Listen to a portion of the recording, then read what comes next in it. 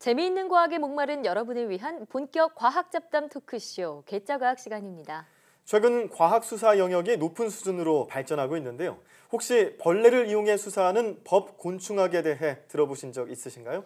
오늘은 파리나 모기 같은 벌레를 이용해서 단서를 잡는 법곤충학에 대한 이야기를 준비했는데요. 화면으로 함께 만나보시죠. 과학 이야기 더 이상 어렵게 할 필요 없습니다. 개짜과학에서 쉽고 재밌게 풀어드립니다. 오늘도 개짜 과학 커뮤니케이터 과학과 사람들 원종우 대표와 함께합니다. 대표님 안녕하세요. 안녕하세요. 오늘 주제가 바로 범죄와 관련이 있다고요. 그래서 제가 등장했습니다. 과학수사대 오 그리섬입니다. 미드 CSI 그리섬 반장이세요? 네, 맞습니다. 그럼 곤충 많이 아시겠네요. 곤충이라뇨? 범죄 수사에 곤충이 무슨 상관이 있는 건가요? CSI 그리섬 반장은 원래 곤충을 전공한 사람이라 곤충을 모르시면 안 됩니다. 아, 그래요?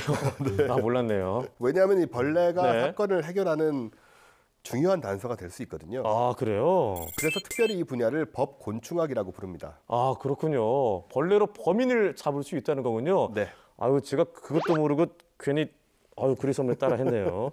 자, 그럼 본격적으로 법곤충학에 대해서 살펴보도록 하겠습니다. 네, 우선 자세한 이야기를 나누기 전에 법곤충학이 뭔가요? 법곤충학이라는 것은 네. 곤충을 관찰해서 피해자의 사망 시간이나 장소, 원인 등을 추정하는 학문을 말하죠. 아, 그래요? 곤충을 이용해서 어떻게 범죄 수사에 활용을 하는 건가요? 우선 시신에 모여드는 생물 중에 85%가 곤충이거든요. 아, 시신 부패하는 냄새를 맡고 찾아오는 건데 네. 곤충으로 사망 시간을 추정하는 방법에는 두 가지 원리가 있어요. 네. 하나는 이 부패 단계별로 시신이 변하게 되거든요. 같은 장소에서 시간 흐름에 따라 서식하는 생물군이 변하는 현상을 천이 현상이라고 하는데 네. 이 시신도 사실 하나의 작은 생태계를 이룹니다.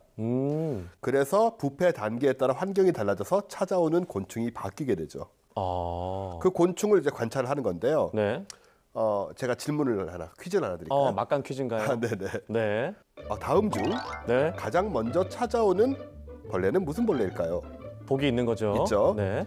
1번 모기, 모기, 2번 진드기, 진드기, 3번 개미, 개미, 4번 파리. 파리. 저 느낌이 약간 4번 파리. 맞습니까? 네, 맞습니다. 아, 네, 약간 느낌이 그랬습니다. 그렇죠. 되게 파리가 떠오르죠, 이런 네. 상황에서는. 그중에도 검정파리라는 파리인데요. 네. 보통 시체가 생기자마자 몇 분 안에 찾아옵니다. 1시간 안에 네. 찾아오고 1시간에서 1시간 반이면 이제 알을 낳고요. 금방 낳는 굉장히 금방 낳습니다. 알 낳는 시간을 계산해서 이제 사망 시간을 추정할 수 있죠. 네. 그런 다음에는 파리류 이후에 이제 딱정벌레라든가 송장벌레라든가 그리고 시간이 좀 많이 지나고 부패가 좀 많이 진행되고 나면 이제 진드기, 개미, 심지어 말벌도 찾아오는. 그 다음에는 시신에 산란해서 자란 파리 유충의 성장 단계를 보는 방법이 있죠. 네. 파리 성충이 이제 알을 낳고 그 알이 이제 구더기가 되죠. 네. 그다음 구더기가 번데기를 거쳐서 다시 파리 성충이 되는데. 그 사이클을 말씀하시는 그렇죠. 거군요. 이 시간을 측정해서 이제 사망 날짜와 시간을 추측을 할 수가 있죠. 네. 보통 환경에 따라 다르지만 열흘에서 14일 정도면 구더기가 이제 1령, 2령, 3령 지나서 성충까지 도달을 합니다. 그래서 이걸 통해서 이제 추측을 할 수가 있는 거죠. 파리의 성장 단계에 따라서 어떻게 사망 시점을 유추할 수 있겠네요. 그렇죠. 네, 그럼 이제 실제로 곤충이 사건 해결에 도움이 됐는지 궁금한데요. 이렇게 곤충을 이용했던 최초의 범죄 수사가 언제였을까요? 놀랍게도 13세기 중국까지 거슬러 올라가는데요. 굉장히 오래됐네요. 7, 800년 전까지. 네. 송나라 시대 한 농촌 마을에 살인 사건이 있었어요. 네. 근데 마을 사람들의 낫을 살펴보니까 이 낫 하나에만 파리가 많이 꼬이는 거예요. 혈흔을 닦았지만 이제 피 냄새가 남아 있었던 거죠. 그래서 그것을 가지고 주인을 범인으로 체포했다는 기록이 남아 있습니다.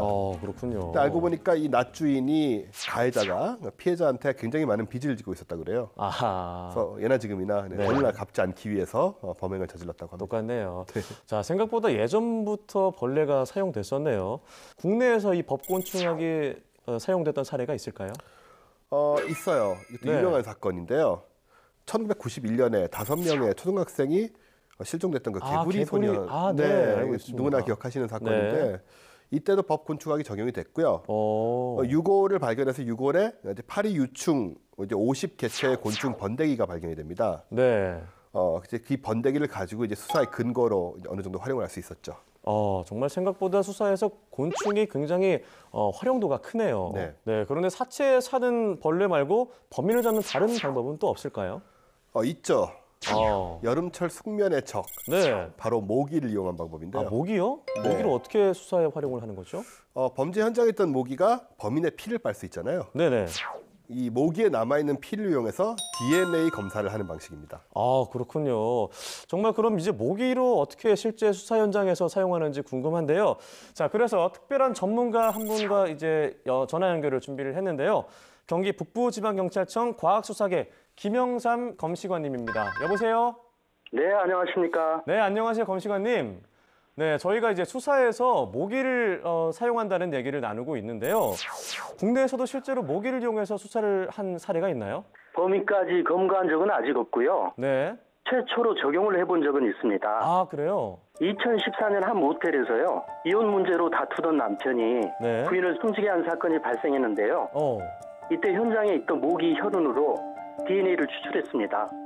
그게 범인의 DNA였나요? 아닙니다. 아쉽게도 그래요? 피의자 DNA가 아닌 이전 투숙객의 것으로 밝혀졌습니다. 네. 하지만 이런 시도를 통해서 모기를 이용한 수사 가능성을 확인할 수 있었습니다.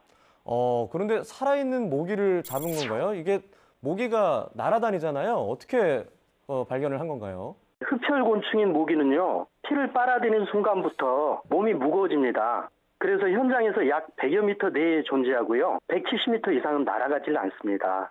그렇군요. 그래서 폐쇄된 곳의 흡혈모기는요, 용의자 추적에 충분한 증거가 될 수 있습니다. 그런 내용이 있었네요.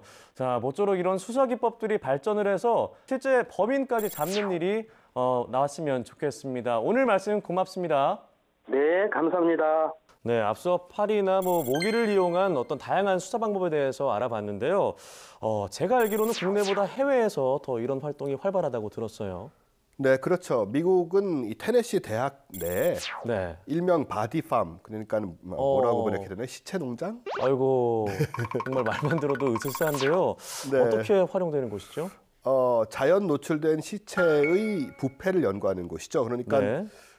기온이나 습도라든가 이런 것의 환경 변화를 통해서 시신이 부패하는 정도라든가 변하는 정도를 관찰하고 연구하는 그런 일종의 연구실이라고 보시면 돼요. 그렇군요. 네. 국내에서는 실제 시신을 사용하기 어렵다 그래서 이제 동물의 사체를 이용한 연구가 있다고 들었거든요. 그렇죠. 그리고 우리나라는 이 연구도 되게 늦게 시작한 편이고요. 네. 미국은 1960년대부터 이미 법곤충학을 시작을 했었는데 우리는 2000년대 중반부터 시작했습니다. 해외 각국의 경우는 이제 법의 곤충학 자료의 증거 채택률이 7~80%나 되고요. 네. 우리나라는 아직은 법정에서 의미 있는 증거로 채택된 경우는 인정받는 경우는 한 5% 정도라고 추정이 되네요. 그렇군요. 네, 우리나라에서는 아직 걸음마 단계라는 생각이 드는데요. 조금 늦은 만큼 더 빠른 성장이 있었으면 하는 바람입니다. 네. 네, 오늘은 이렇게 법 곤충학에 대해서 알아봤는데요. 발전하는 과학 수사만큼이나 범죄 기법 역시 치밀해지고 있는데요. 이렇게 법 곤충학이 발전을 하면서 빈틈없는 수사망이 마련되었으면 하는 바람입니다. 지금까지 과학과 사람들 원종호 대표와 함께했고요. 저희 괴짜과학 다음 주가 재밌는 주제로 돌아오겠습니다. 고맙습니다.